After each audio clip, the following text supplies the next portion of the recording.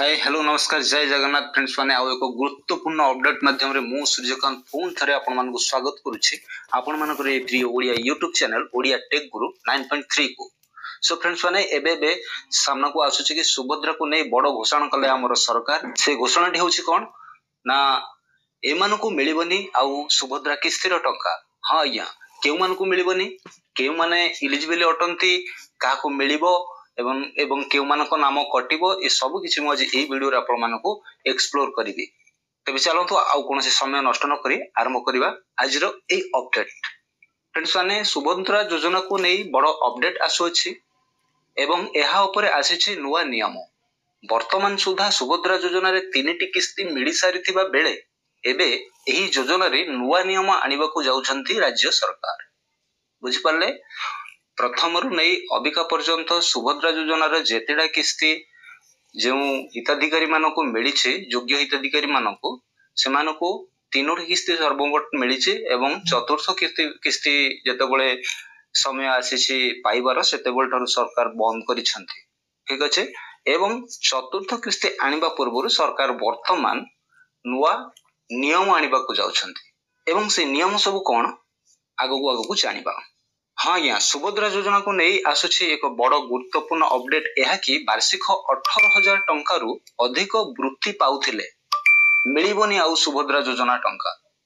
बुझियला जे माने वार्षिक 18,000 टंका रु ऊर्ध्व तांकर वृत्ति बा जो माने सैलरी अछंती बा जे कोनोसी स्टूडेंट मानको क्षेत्र जदि देखा जाए से मानको जो स्टाइपेंड हे जाउ जा भी हो से मानकर जदि वार्षिक 18,000 टंका रु ऊर्ध्व होइथिबो बा 18,000 टंका होइथिबो तेबे सेमानको सुभद्रा योजना आउ मिलिबो ही नाही ना जो माने स्कॉलरशिप माध्यम रे पिला माने पाउचंती बा एसटी एससी कैटेगरी पिला मानको स्टाइपेंड स्वरूप भी जो सरकार सहायता मिलुछे से सब जदि सेमानकर 18,000 टंका रु ऊर्ध्व ताय तेबे सेमानको आउ आगो जो डोर टू डोर वेरिफिकेशन अछि सुभद्रा योजना पोर्टल माध्यम रे बा सरकार को निर्देश क्रमे तेबे सेमाने जतबेले चिन्हट होई जिवे जे एमानकर जे वृत्ति बा स्कॉलरशिप बाबत को बा एससी एसटी को जो स्टाइपेंड योजना अछि सरकार को सेति प्रति एमानको 18,000 टंका रु ऊर्ध्व मिलुछि तेबे आपण मानको सुभद्रा योजना को आगु को निवृत्त करा जिवो।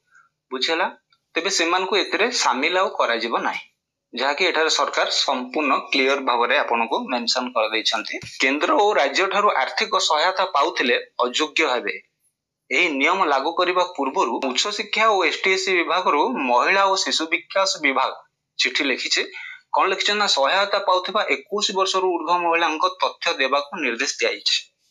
जे मानकर 21 वर्ष रो ऊर्ध्व जे महिला माने अछंती से माने स्टूडेंट होई थाई पारंती बा गृहिणी होई थाई पारंती जे माने आपण माने जानिथिबे गृहिणी मानको भी अनेक जे कि ग्रुप माध्यम रे महिला मानको अनेक सहायता मिलुछि से माने निजे भी बहुत महिला माने सरकार को ठारू ए जो ग्रुप माध्यम रे लोन हे जाऊ तो से मानकर आउरी भी अनेक किछि बिजनेस पई भी लोन प्रोवाइड करा जाउछि तेणु करी से मान जदी से सब को निजे कार्य रे लगे आगु जदी से 18,000 ऊर्ध्व इनकम करथांते तेबे से जिंस को आगु को बैन करा जिवो आपन को सुभद्रा टंका दिया जिवो नाही।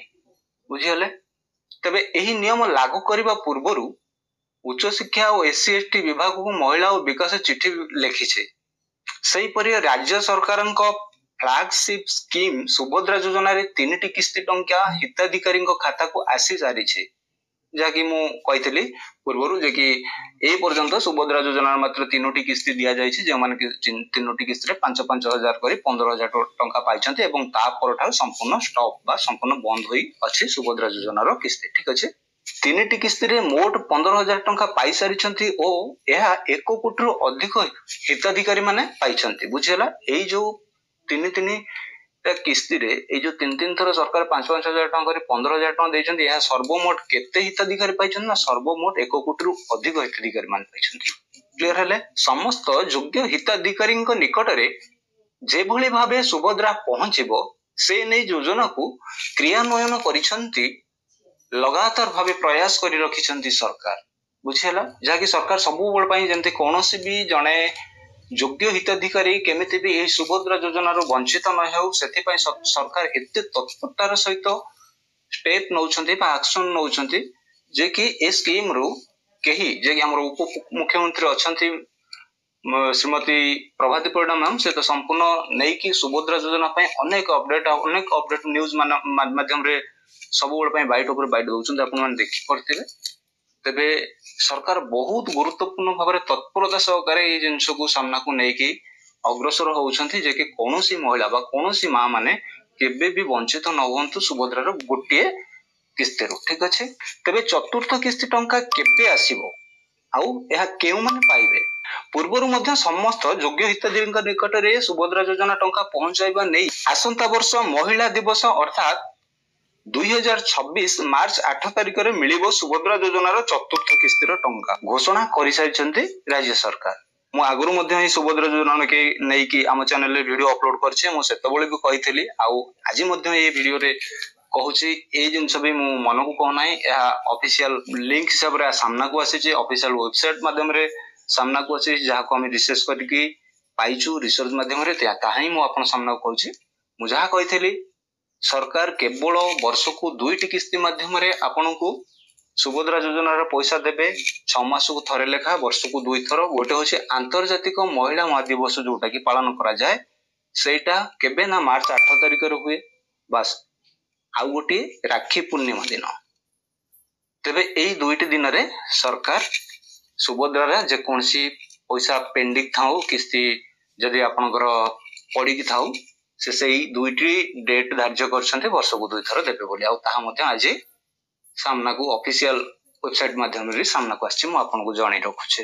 तेनु करी राखी पूर्णिमा रे मिलिथिबा तृतीय किस्तीर टंका आपन कि जहा कि पैसा रिचन्ते आउ जदि मिलिबो मन रखु 2026 मसीहा मार्च 8 तारिख रे अपन मानक खाता को चतुर्थ पर्यायर किस्ती मिलियो बुझिला। एबे नुवा करी आवेदन करी हेबो नाही मन रखिबे दिस इज मोस्ट इंपोर्टेंट।